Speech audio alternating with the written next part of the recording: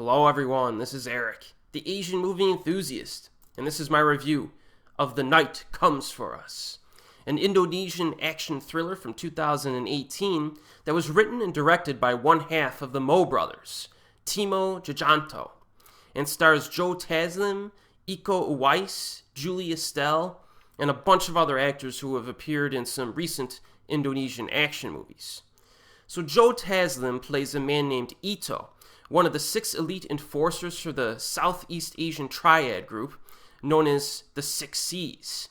Now, after massacring a village because a few of the villagers had stolen Triad money, Ito discovers the last survivor, a young girl named Reina, and in order to save her life, he turns on the Triad soldiers present and wipes them out.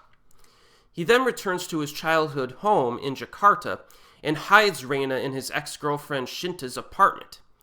Now, Shinta treats his wounds and calls in some of his buddies, his old school buddies. You got Fatih, who used to be in a gang with Ito, and then Fatih moves him into his apartment and brings in his cousin Wisnu and the last member of the old gang, Bobby, a drug addict.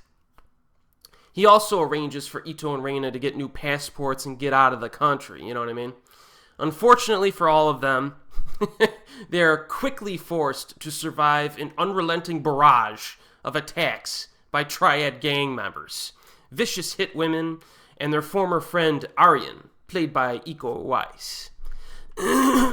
So let's talk about the action in this movie, because The Night Comes For Us is filled to the brim with gratuitously violent fight scenes and shootouts.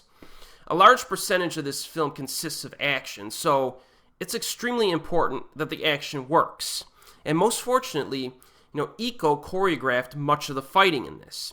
And at this point in his career, he's becoming a veteran of action cinema, despite the fact that he's still in his mid-30s.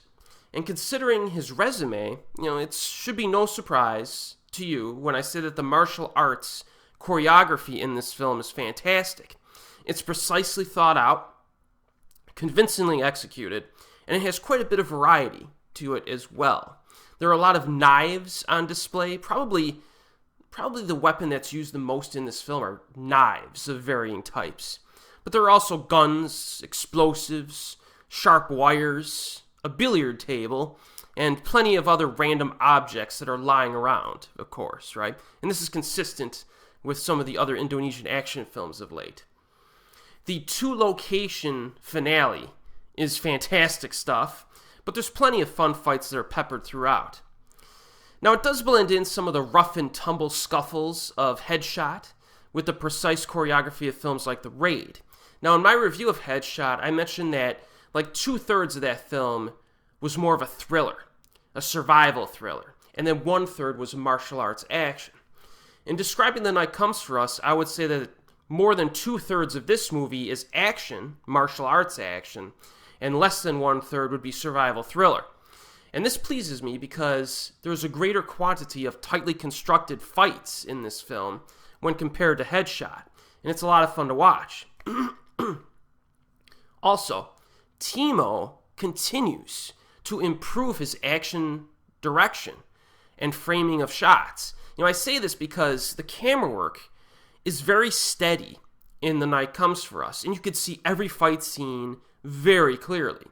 And for the purposes of comparison, I really enjoyed Headshot, but the camera work in The Night Comes For Us is better. I think it's better. The framing of every action scene is exceptional, and it communicates a certain confidence on the part of the filmmakers who understand that they don't really need shaky cam or editing gimmicks with the level of talent on display here. And this film really kind of solidifies Timo as one of the best action directors on the planet right now. It does. I really hope that he continues to direct genre films like action, thriller, and horror films in the future, because he's a very good genre director. And as we all know by now, Timo likes to use violence in his movies, and this is going all the way back to Macabre from 2009. So The Night Comes For Us has a lot of bloody violence. The gore effects are actually great, you know what I mean? That's one thing about, again, some of these recent Indonesian action, thriller, horror movies. The gore effects are usually always consistently great. You know what I mean? Really good stuff. It might be distracting for some viewers, though, because there's no way that normal people in real life would be able to survive this level of physical abuse and continue to fight. But, you'll have to suspend your disbelief in that sense. But at least the action physics are very realistic. No use of, like, wires or people flying around, you know what I mean? At least that I could tell. So it has a grittiness to it. It maintains that. Now, in terms of script writing and characters, they're pretty basic and pretty thinly developed, in my opinion. But like the first Raid film, we do get a flavor of each character and what they're about through their actions and some of their dialogue. So, for example, Taslim's character is expressed in such a way that it seemed inevitable that he would abandon the triads. So his actions really did seem consistent throughout the film, even though he would prefer not to fight against Iko, you know what I'm saying, at the end. And in like manner, Iko's character is expressed in such a way that it seemed inevitable that his desire for success would result in him aligning with the triads. So his actions seemed consistent throughout the film, even though he would prefer not to fight Taslim and his buddies. So I think some people are getting confused, so they're thinking characters are like contradicting themselves, but they're really not, if you think about it a little bit. I think most viewers, though, seem to be having the most difficulty trying to figure out the motives of Julie Estelle's character. And that one kind of came to me after watching this film for like the third time over the past like 2 days. But if you listen to her dialogue and you think about it for a bit, her actions are also pretty consistent throughout the film because she really has one goal in mind, which I won't spoil, regardless of who gets in her way. You know what I mean? So even though it seems like maybe some of the characters are kind of inconsistent in their actions, I think it's very easy to interpret their motives in a clear, defining goal. You know what I mean? And they just have to mow through some different types of people to get there. But I can understand to a certain degree why some people had problems with the characters in the story. I mean, personally, I've said this before, I think at some point, but I think story and character development are the two most overrated aspects of filmmaking because there's this like general consensus or perception that every single movie needs them, and if it doesn't, it's an automatic flaw, which I completely disagree with. If a movie can hold my interest, I don't care how it does it. You know what I mean? You could throw whatever you want in there. I'd rather give the filmmakers complete freedom to do what they want instead of having these artificial restrictions in my head that forces them to do certain things. You know what I mean? Otherwise, watching films would get kind of boring after a while. But I really do like how Timo's mixing up roles so that these actors don't have to play the same exact kinds of characters in every film. Having Iko play an antagonist is a nice touch. And he speaks English and Mandarin, I believe, at certain points in this film. Julie Estelle also speaks Mandarin and French in one scene, so it was pretty neat to see.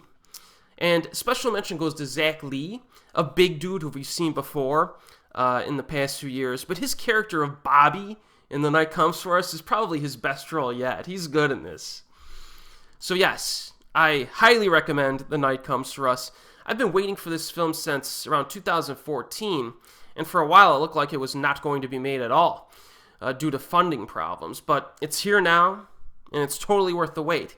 It's in my top 3 action films of the year so far. Could be the best one. I have to rewatch some of these flicks. Alongside Operation Red Sea and Mission Impossible Fallout, was pretty awesome as well. It's currently available on Netflix streaming, but is not available for purchase on physical media or even download. So I'm not sure what everyone is going to do if Netflix decides to take this off of their streaming library at some point in the future, like they do with a lot of stuff. I guess we'll simply not be able to watch it again, right? Yes, this is the future of movie watching, people. In 10 years, we won't even be able to own copies of movies anymore. And I would not be surprised if legal downloading eventually becomes extinct. Because then all of the streaming services can just hold everyone hostage and force you to use their service in order to rewatch your favorite movies. Now, we can't have people owning their own copies of movies anymore. This is what we're in for. This is what we have to look forward to. So I guess you're just gonna have to get used to it. I would love to be wrong about this, and I hope The Night Comes For Us gets a Blu-ray release or whatever at some point in the future. But the situation worries me a little bit. So I plan on watching the crap out of this movie during the next year, while I know it'll be on Netflix. So check this one out, folks. It's a big one. And as always, I'll see you next time.